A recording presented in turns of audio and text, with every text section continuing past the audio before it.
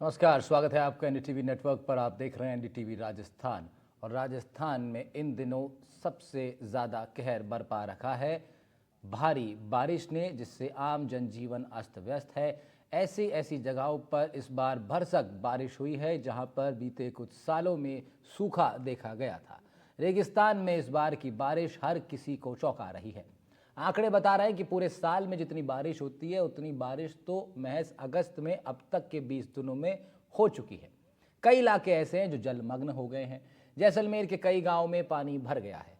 आलम यह है कि प्रशासन को भी लोगों तक पहुंचने में कई दिक्कतों का सामना करना पड़ रहा है। अभी इसी तस्वीर में आप देखिए, दूसरी तस्वीर में आप देखेंगे कि प्रशासन के अधिकारी भी ट्रैक्टर पर चल के आने को मजबूर है। मौसम विभाग की माने तो बारिश का यह दौर अभी थमने वाला नहीं है, यानी मुसीबत अभी कम नहीं होने वाली। सबसे बड़ा खतरा पानी हटने के बाद को लेकर है, क्योंकि पानी हटने के बाद मलेरिया जैसी बीमारियों के होने का खतरा बढ़ जाता है। इतना ही नहीं, सबसे बड़ी चिंता किसानों को लेकर के भी है, क्योंकि बाढ़ से फसलें तबाह हुई हैं। आज की चर्चा इसी पर करेंगे कि आखिर रेगिस्तान में ज़्यादा बारिश की वजह क्या है, बाढ़ की स्थिति क्यों उत्पन्न हुई और पानी हटने के बाद बीमारियों से बचने का क्या प्लान प्रशासन के पास भी उपलब्ध है भी या नहीं, इस पर भी बात होगी। फिलहाल 4 तस्वीरों के साथ इस कार्यक्रम की हम शुरुआत कर रहे हैं ताकि आप समझ सकें कि खास तौर पर जैसलमेर जैसे इलाकों में इस वक्त क्या आलम है। गांव टापू बन चुके हैं, सड़कें पानी में डूब गई हैं, गाड़ियां आधी आधी डूब चुकी। ट्रैक्टर के माध्यम से लोग अपने गांव से विस्थापित होकर किसी सुरक्षित जगहों पर जाने को मजबूर हैं।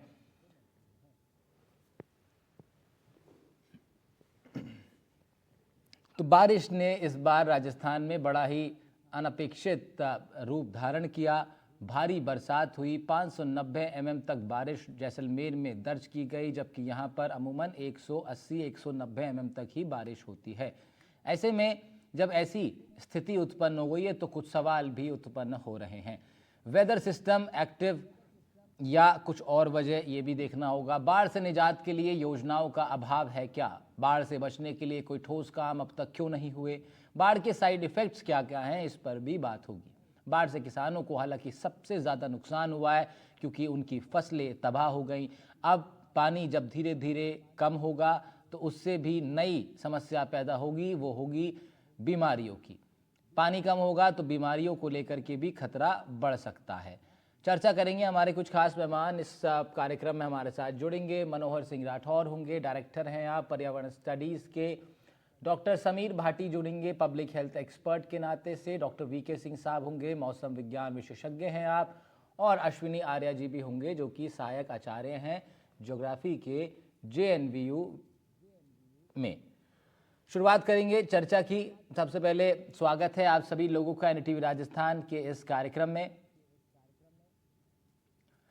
मनोहर सिंह राठौर साहब से शुरुआत करेंगे। सर, पर्यावरण स्टडीज की अब बहुत ज़्यादा आवश्यकता अब राजस्थान में भी दिखने लगी है, क्योंकि अनपेक्षित बारिश ने इस बार ऐसा रूप दिखाया कि जिस तरह मैंने कहा कि गांव टापू में तब्दील हो गए। रेगिस्तान में इतना पानी बिल्कुल अनपेक्षित था, वहां के लोगों के लिए भी बड़ा हैरानी का विषय था। जैसलमेर में जहां रेतीले धोरों से दिन में गर्मी उठती है, वहां तो इस बार पानी की ऐसी आवक हुई है कि नदियां नाले बह रहे हैं वहां पर। क्यों इस बार ऐसी स्थिति देखने को मिली? ये अनपेक्षित स्थिति कैसे पैदा हुई है, क्या कारण इसका रहा है सर? इस बार ये तो बात सही है कि पिछले 100 सालों में ऐसी बरसात नहीं हुई।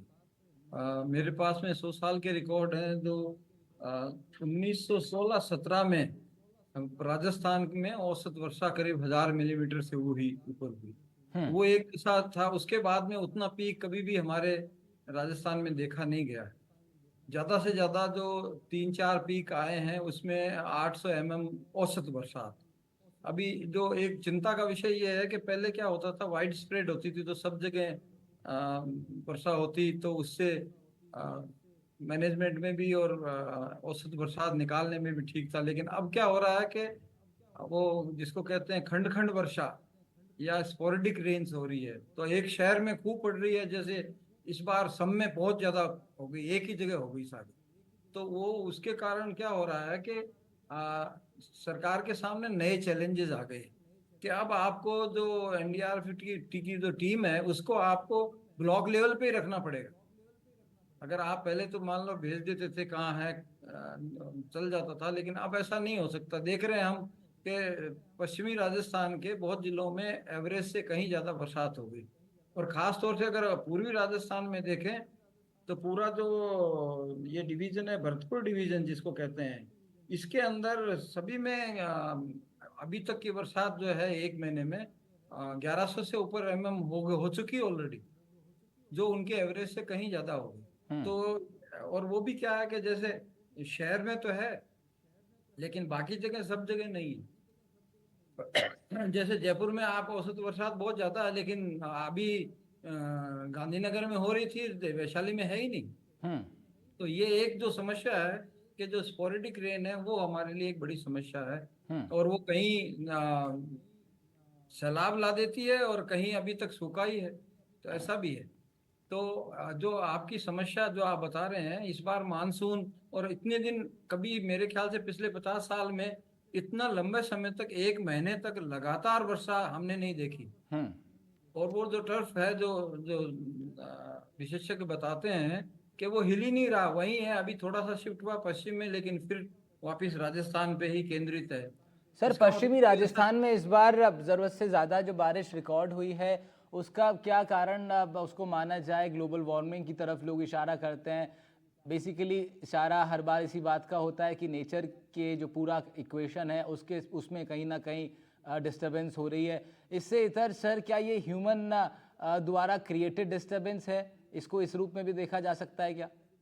उस रूप में भी देखा जा सकता है, लेकिन देखिए बड़ी अद्भुत बात है कि जब मानसून इस बार चला तो पहले महाराष्ट्र में अटक गया, उसके बाद गुजरात में अटक गया, अब आके राजस्थान में अटक गया, अब मध्य प्रदेश और राजस्थान के आसपास घूम रहा है।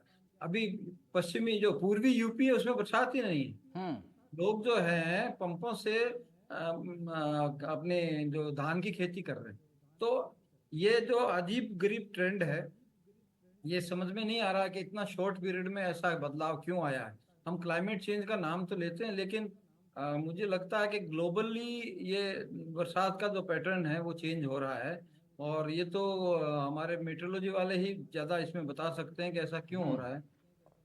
तो एक बार रुक कर लेते हैं सर इसी सवाल पे ज़रा। और जानकारी के लिए हमारे साथ डॉक्टर वीके सिंह साहब जुड़ेंगे। वैसे अभी वो तब उनसे ज़रा इस बारे में डिटेल में बात की जाएगी, लेकिन हमारे साथ अभी वीके सिंह साहब भी जुड़ गए हैं। तो ये बिल्कुल सही समय पर सर का जुड़ना हुआ है, क्योंकि इस वक्त एक सवाल कि जिसमें आगे का जानकारी हम लोग चाहेंगे। वीके सिंह सर, हम लोग मनोहर सिंह राठौर जी से बात कर रहे थे, डायरेक्टर हैं आप पर्यावरण स्टडीज के।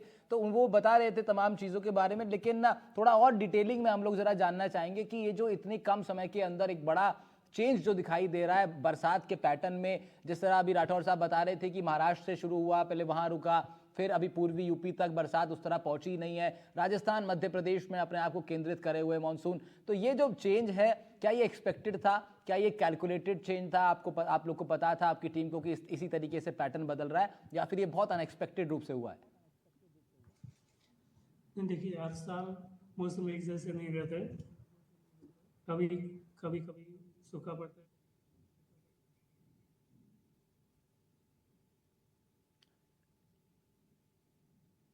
जैसे राजस्थान का हम देखें तो सबसे आखिर में बारिश राजस्थान की आती है, और खासतौर से पश्चिमी राजस्थान की। तो इसीलिए यहाँ पे सबसे कम बारिश होती है। इस साल जो ज़्यादा बारिश हुई उसकी वजह था एक लो प्रेशर एरिया या कम दबाव का क्षेत्र जो बना था, बंगाल की खाड़ी से चलते चलते यहाँ राजस्थान तक पहुँचा था। पश्चिम राजस्थान में कुछ दिन एक्टिव रहे, उसके बाद वो पूर्वी राजस्थान की तरफ पीछे गया था। तो उसी के प्रभाव से सबसे ज़्यादा बारिश पश्चिम राजस्थान और फिर पूर्वी राजस्थान, जो पूर्वी राजस्थान के कुछ जिले और जयपुर के आसपास जो ज़्यादा बारिश देखने को मिली थी वो उसी की वजह से थी। तो हर साल मौसम में कुछ फर्क तो आते रहते हैं, हालांकि क्लाइमेट चेंज का भी इसमें कुछ रोल रहता है। धीरे धीरे जैसे हम देख रहे हैं साल दर साल पश्चिम राजस्थान की तरफ जो ठीक है। वार्षिक वर्षा है या मानसून सीजन की वर्षा है उसमें बढ़ोतरी हो रही है। डॉक्टर समीर भाटी भी हमारे साथ हैं, पब्लिक हेल्थ एक्सपर्ट के नाते से। डॉक्टर समीर, अब भी चर्चा तो इस बात को लेकर के है कि बरसात ने जो ये पूरा आलम अभी क्रिएट किया है, इसने कई समस्या पैदा करती है। लेकिन बड़ी बात ये भी है कि जब ये बरसात का पानी, जब ये जल स्तर कम होगा तो उसके बाद भी बहुत सारे चैलेंजेस है जो हमारे सामने आने वाले हैं, खासतौर से पब्लिक हेल्थ को लेकर के। मलेरिया जैसी बीमारी इसमें पनप सकती हैं, अन्य बीमारियां भी पनपेंगी जब पानी का लेवल डाउन होगा। क्या स्थिति आप देखते हैं कि जब इस तरीके से बारिश होगी तो क्या स्थिति पैदा हो सकती है और क्या उसके उपाय भी होंगे? बिल्कुल बिल्कुल, देखिए जिस तरह से देख रहे हैं इस बार पश्चिमी राजस्थान में काफी ज्यादा बारिश हुई है, और क्षेत्रफल के हिसाब से भी देखें तो जो गांव है, गांव का डिस्टेंस काफी दूर दूर भी रहता है, तो कई बार स्वास्थ्य सुविधाएं वहां पर मुहैया कराना थोड़ा सा चैलेंजिंग हो जाता है। एक तो जिस समय बारिश हो रही है कि पानी आपका भर गया, दूसरा फिर जब जल का जो पानी का स्तर है वो कम होता है, कम होते टाइम ही हम ज्यादातर देखते हैं जो बीमारियां वो बढ़ना शुरू हो जाती है। हम्म। मेन मॉनसून के अंदर खास तौर पे, और या तो बाढ़ या फिर जब बहुत ज्यादा बारिश होती है उसके बाद जो जल भराव रहता है, तो मच्छर पनपने की जो है संख्या वो काफी ज्यादा होती है। और मच्छरों की जैसे बात करें तो उससे वेक्टर बॉर्न डिजीज जिनको हम कहते हैं, जो मच्छरों से बीमारियां होती है, जिसके अंदर डेंगू, मलेरिया, चिकनगुनिया, इस तरह के केसेस काफी ज्यादा बढ़ जाते हैं। तो खास तौर पे इसमें सबसे ज्यादा देखिए देखने वाली यही बात है कि कई बार ऐसे केसेस पे नजर रखें तो हमारे primary health centre, community health centre है, खास तौर पे वहां पर उस तरह की प्रिपेयर्डनेस रहे। तो सरकार के स्तर पे तो देखिए जो कम्युनिटी प्राइमरी हेल्थ सेंटर हमारे और आयुष्मान मंदिर है, उनमें इन चीजों के लिए तैयारियां, खासतौर पे डेंगू मलेरिया के लिए, और व्यक्तिगत स्तर पर लोगों को थोड़ा अवेयर करने की जरूरत है। खासतौर पे जो हमारे गांव में लोग रहते हैं, वहां पर जो हमारी आशा वर्कर है और कम्युनिटी हेल्थ वर्कर है, वो जाके जितना ज्यादा लोगों को अवेयर करे कि कैसे अपने आप को मच्छरों के बाइट से, मच्छरों के काटने से बचाना है, जिसमें कि वो किसी भी तरह के जो हर्बल ऑयल्स वगैरह होते हैं, ऐसी हम्म। चीजें प्रोवाइड की जाए। दूसरे फुल बाजू के कपड़े पहनने के लिए वहां पे सबको सजेस्ट किया जाए। स्कूल में जो बच्चे जा रहे हैं वो पूरी बाजू के कपड़े पहने, मच्छरदानी का उपयोग करें, ताकि जितना हो सके हम प्रिवेंशन पे ध्यान रखें। इसके ठीक अलावा बात है। जैसे डेंगू के अंदर हम देखते हैं लक्षण अगर आपको आते हैं तो अपने आप से कोई दवा वगैरह ना ले, आसपास का जो भी आपका प्राइमरी हेल्थ सेंटर है वहां पर जाके संपर्क करें। और लक्षणों में देखिए मेन एक चीज ध्यान रखनी है कि आपको तेज बुखार होता है, और तेज बुखार होने के साथ आपको जोड़ों में दर्द होता है, तो वो थोड़ा सा एक इशारा करता है, जोड़ों और मांसपेशियों में दर्द, कि आपको डेंगू के ऐसे सिम्टम आ रहे हैं। तो इन चीजों का ध्यान रखना। और एक जो सबसे ज्यादा खास तौर पे बारिश के बाद जो बीमारियां होती है वो पेट से संबंधित होती है, हम्म। क्योंकि जो वो पानी है वो दूषित पानी आपका जो पीने का पानी है उसके साथ मिक्स हो जाता है। तो पेट से संबंधित कई तरह की बीमारियां, जिसके अंदर हम बात करें तो हेपेटाइटिस ए और हेपेटाइटिस ई। तो एक सब लोग ध्यान रखिए कि भाई पानी आप पी रहे हो तो उबाल कर पानी पिए, साफ पानी पिए, ये व्यक्तिगत तौर पे लोगों को ध्यान रखना है। और दूसरा, अगर जैसे आपको कोई पेट से संबंधित समस्या हो रही है, आपको उल्टी आ रही है, आपको लूज मोशन हो रहा है, तो फिर आप डॉक्टर से संपर्क करें, क्योंकि कई बार इस तरह की प्रॉब्लम में शरीर में डिहाइड्रेशन हो जाता है, पानी की कमी और इमरजेंसी हो जाती है। तो आपको ये पेट से संबंधित जो भी बीमारी है उनका ध्यान रखना है। टाइफाइड भी इसी तरह से, अगर ठीक आप है। दूषित पानी किसी ठीक है। तरह से ठीक है पी डॉक्टर साहब, लेते मैं हैं रुक करूँ, मैं तो दोबारा आऊँगा तो आपके आप पास। इस पर बड़ा आप बेहतर समझा रहे हैं, बहुत अच्छा आप समझा रहे हैं, और मुझे पूरी उम्मीद है कि हमारे तमाम दर्शक जो है इस पर काम भी करेंगे, तमाम बातें जो डॉक्टर साहब बता रहे हैं। मैं फिर दोबारा आपका रुख करूँगा डॉक्टर साहब। एक बार डॉक्टर अश्विनी आर्य जी के पास चलते हैं, जो कि असिस्टेंट प्रोफेसर हैं JNVU में। सर, भूगोल आप पढ़ाते हैं, मैं आपसे समझना चाहूँगा, लंबा अनुभव भी आपका रहा है इन तमाम चीज़ों को देखते हुए, क्या कहीं पे भले ही अनपेक्षित रही हो बारिश, लेकिन फिर भी क्या आपको लगता है कि तमाम जो योजनाएं हैं प्रशासन की तरफ से, जो इम्प्लीमेंटेशन भी होता है, अगर योजनाएं हैं भी तो वो उसमें कहीं ना कहीं कमी है, सही योजनाओं की कमी है और योजनाओं के इम्प्लीमेंटेशन की कमी है, कि इस तरह की हालात हमें देखने को मिलते हैं जहाँ पर एक बड़ा हिस्सा भूगोल का, बड़ी आबादी जो है फिर प्रभावित होती है इस तरह के मौसमी बदलाव से? जी बिल्कुल, देखिए जहाँ तक पश्चिमी राजस्थान का सवाल है जिसकी भी बात चल रही है, मैं आपको एक बात क्लियर करना चाहता हूँ, ये आज से नहीं है, 2015 से ये ट्रेंड है हिंदुस्तान में। जो जो ड्रॉट अफेक्टेड एरिया रहे हैं, सूखा प्रभावित क्षेत्र रहे हैं, उनके अंदर जो है बारिश जो है ज्यादा हो रही है। चाहे हम राजस्थान ले लें और हम तमिलनाडु के भी जो ड्रॉट अफेक्टेड एरिया है, तिरुनेलवेली एक्सेट्रा, वो ले लें, इसका सबसे बड़ा कारण जो है, पहला जो है क्लाइमेट चेंज है। और जिसका मेन रीजन क्या है, इंडियन ओशन जो वार्म पूल है वो वेस्ट की तरफ शिफ्ट होता जा रहा है। और जब इंडियन ओशन वार्म पूल जो है, जो एरिया है इंडियन ओशन का, भारतीय जो हिंद महासागर का, वो पश्चिमी जगह पर गर्म ज्यादा हो रहा है, उसकी वजह से जो है रेनफॉल बढ़ रही है और राजस्थान में बढ़ रही है। और ये ट्रेंड जो है 2015 से पश्चिमी राजस्थान में देखने को मिल रहा है, पहली बात। दूसरी बात कि ये जो हमें चीज मिल रही है, इसके अकॉर्डिंग हमें ये देखना है कि जो हमारी डिजास्टर मैनेजमेंट पूरा सिस्टम है, अभी हमारा क्या है, सेंट्रलाइज्ड है बहुत ज्यादा, एनडीआरएफ, एसडीआरएफ। अब हमको इसको डिस्ट्रिक्ट तक ले जाना होगा।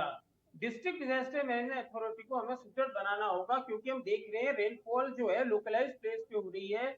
चाहे आप टॉप का नागौरी फोर्ट ले लीजिए, चाहे बूंदी का हिंडौली एरिया ले लीजिए, चाहे आप जैसलमेर के कुछ एक पार्ट ले लीजिए। तो जब तक हम डिस्ट्रिक्ट और तहसील तक इस सिस्टम को, डिजास्टर मैनेजमेंट को सुदृढ़ नहीं बनाएंगे, जब तक हम ऐसी घटनाओं से निपट नहीं सकते हैं। क्योंकि आने वाले समय में भी जैसे जैसे क्लाइमेट चेंज हो रहा है, हमें देखने को मिलेगा। और इस बार तो पहले से ये वार्निंग थी, क्योंकि लानीना का इफेक्ट था, इसलिए इंडिया के अंदर जो मानसून था वो एवरेज था। तो इसका मतलब ये है कि हम जो है डिजास्टर मैनेजमेंट, जो हमारे अथॉरिटीज है, वो अभी तक जो है अलर्ट मोड पे नहीं आई।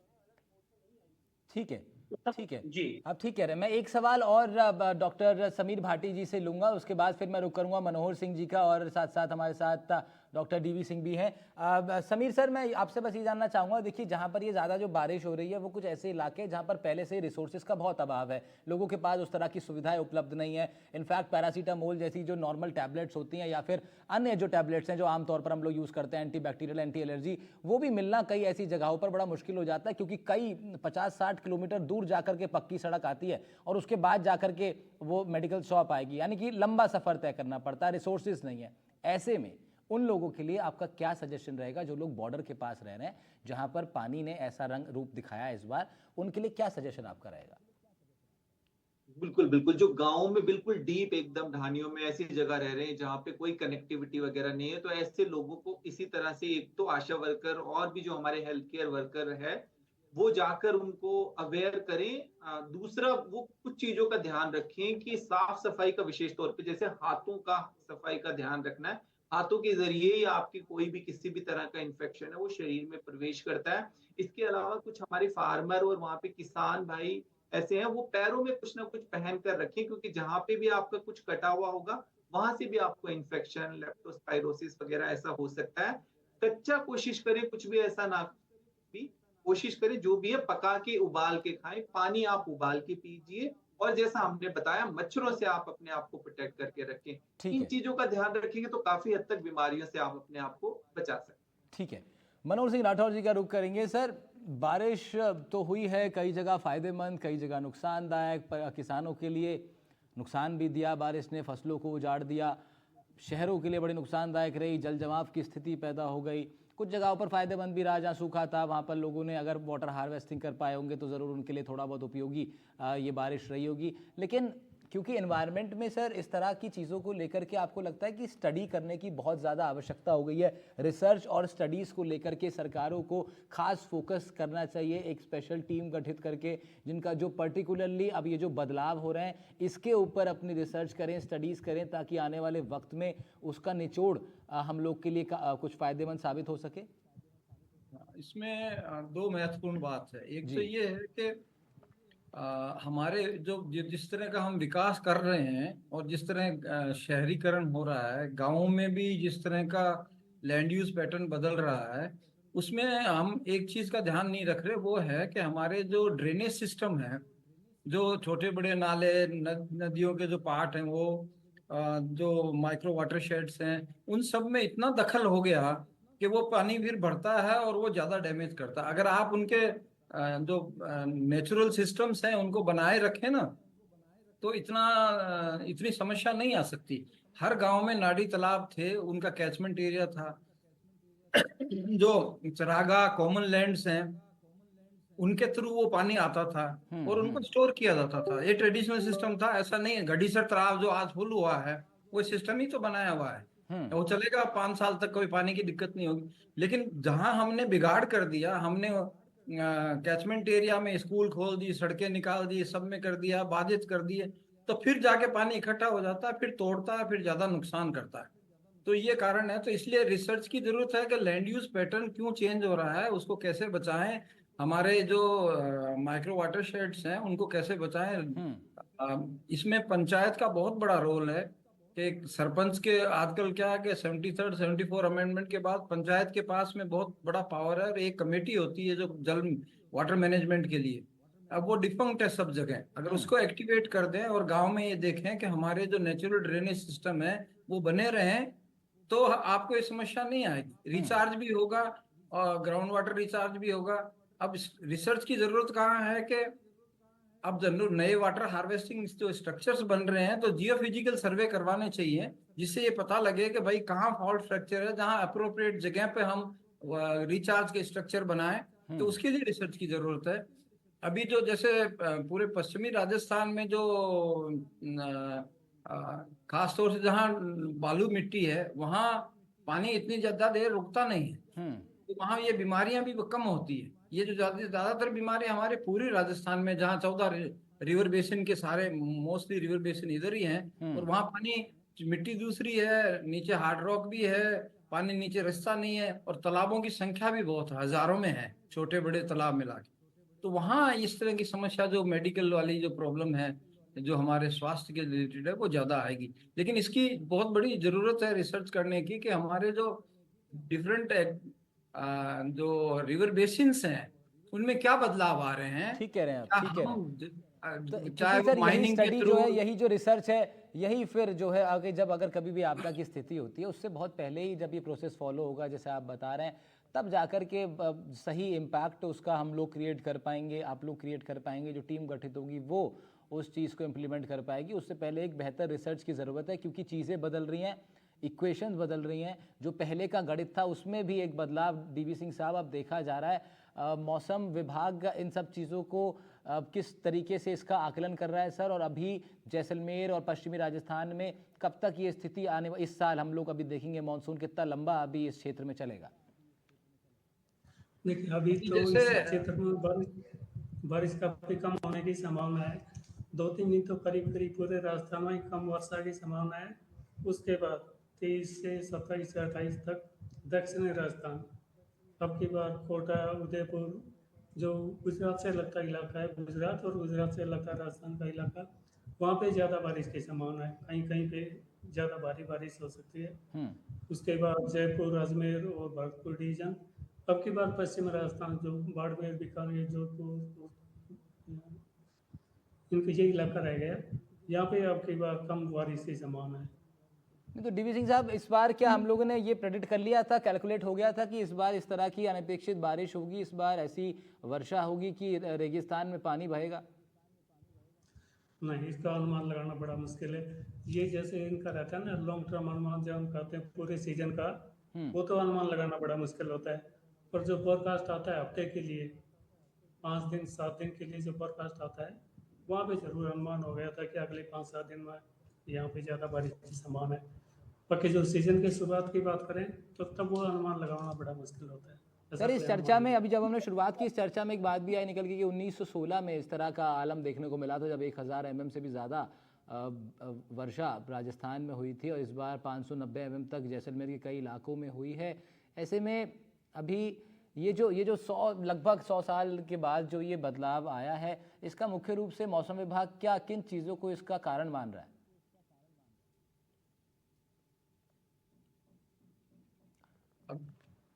प्रश्न किससे है? ठीक है, डीवी सिंह साहब, उनका संपर्क हमसे टूट गया है। अश्विनी आर्य जी के पास चलते हैं।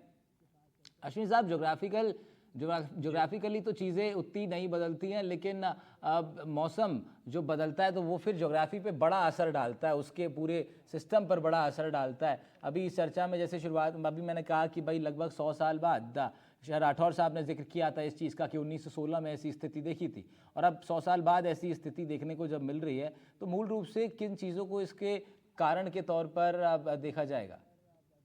देखिए, मैंने पहले भी बताया कि इसका सबसे मेन कारण जो है वो क्लाइमेट चेंज, क्योंकि क्लाइमेट चेंज की वजह से जो धरती का औसत तापमान बढ़ रहा है, उसकी वजह से जो इंडियन ओशन है, हिंद महासागर है, उसका तापमान बढ़ रहा है। और उस तापमान की बढ़ने की वजह से जो जितना ज्यादा गर्म हो रहा है उतना ज्यादा मॉइस्चर इंटेक हो रहा है, और वेस्टर्न जो विंड्स है उससे क्या है, इवोपोरेशन और ट्रांसमिशन ज्यादा होने की वजह से बारिश ज्यादा हो रही है। और ये पैटर्न काफी पहले से चला आ रहा है और धीरे धीरे इंटेंस होता जा रहा है। तो ये हमको हमारे डिजास्टर सिस्टम के अंदर लेना पड़ेगा। इसलिए मैं कहता हूँ कि डिजास्टर मैपिंग की सबसे ज्यादा आवश्यकता है। ज्योग्राफिक इंफॉर्मेशन सिस्टम के थ्रू आज हमें हर जिले का डिजास्टर मैपिंग करना पड़ेगा। बाड़मेर के अंदर भी जो बाढ़ आई थी उसका भी मेन कारण ये था, जैसे मेरे से पूरे इकबाल ने और बताया, कि जो ड्रेनेज हमारे जितने भी पॉइंट थे, जो पैलियो चैनल्स थे नदियों के, वो हमने ब्लॉक कर दिए थे, तो पानी को निकलने का रूट नहीं मिला और उसका रिजल्ट ये हुआ कि पूरी जगह बाढ़ आ गई। तो क्लाइमेट चेंज इसका महत्वपूर्ण, इसका सबसे बड़ा जो फैक्टर है वो क्लाइमेट चेंज है, और ये धीरे धीरे होता रहेगा। जितने भी वेदर सिस्टम है वो इंटेंस होंगे, जितने डिप्रेशन है जो बे ऑफ बंगाल में ही बनते हैं वो भी इंटेंस होंगे। दूसरी बात और है कि जो अरेबियन ओशन है, जो कि अरब महासागर है, ये भी धीरे धीरे गर्म होता जा रहा है। तो आने वाले समय में इससे भी और ज्यादा साइक्लोनिक स्टॉर्म्स आने की आशंका बढ़ी हुई है। तो ठीक है। हमें वेस्टर्न राजस्थान को और ज्यादा अच्छी तरह से देखना पड़ेगा डिजास्टर मैनेजमेंट की तरफ। नहीं तो फिर ये तो वही बात होगी कि अब ये तो क्योंकि जो तमाम जो चीज़ें हैं जो मानव गतिविधियां हैं वो तो थमने का नाम नहीं ले रही हैं, और इस तरह के बदलाव लगातार हो रहे हैं। जिस तरह से अभी आर्य साहब बता रहे थे कि अरेबियन ओशियन भी अब गर्म हो रहा है और भी तमाम जगहों पर गर्मी उस हिसाब से बढ़ रही है, और उसी का नतीजा है कि अब ये भाप बन के पानी इस तरह से बरसता है। तो ऐसे में बड़ा राठौर साहब, ये तो बड़ा लंबा संघर्ष अब सभ्यता को देखना पड़ेगा आने वाले वक्त में, क्योंकि ये जो चीज़ें हो रही हैं इस पे कोई रोक तो है नहीं, कोई कंट्रोल तो हो नहीं पा रहा। कई बार चर्चाएं हो चुकी हैं। नहीं, इसमें कंट्रोल तो नहीं है, लेकिन हम सजग तो रह सकते हैं ना। अब जैसे उदाहरण के तौर पे आप बीकानेर लीजिए, इस बार बीकानेर में बरसात बहुत हो रही है, और हमने वहाँ इतने तालाब थे, कुछ तो हमारे सोलर पैनल्स वालों ने रोक दिए उनको, और कुछ ये जो चाइना क्ले के लिए बड़े बड़े गड्ढे बना के नए सिस्टम बना दिए, पूरा ड्रेनेज सिस्टम ही बदल दिया। और फिर आप कहोगे बरसात आएगी तो ये तो डिजास्टर हो रहा है। तो आज ये तो मैनमेड डिजास्टर है ना, हम ही कर रहे हैं ना ये तो। ठीक है। इस ठीक तरह है। की जो एक्टिविटी है, चाहे ठीक है। वो अरावली में माइनिंग है, तो राइट, वो बहुत भी सारे कारण हैं, बिल्कुल आपने ठीक कहा। ये भी एक बड़ा कारण है, इस तरह की माइनिंग्स भी अपने इनडायरेक्टली नहीं बल्कि डायरेक्टली अब तो ये उसका उसमें रोल प्ले कर रही है। राठौर साहब बहुत शुक्रिया आपका, आपने अपना अनुभव साझा किया, तमाम बातें आपने बताई। आर्य साहब आपका भी बहुत शुक्रिया हमारे साथ इस चर्चा में जुड़ने के लिए। समीर भाटी भी जुड़े थे, उनका भी शुक्रिया। डीवी सिंह साहब आपका भी बहुत बहुत शुक्रिया। तो पानी पानी है रेगिस्तान, और इसको लेकर के कई दिक्कतों का सामना आम जनता को करना पड़ रहा है।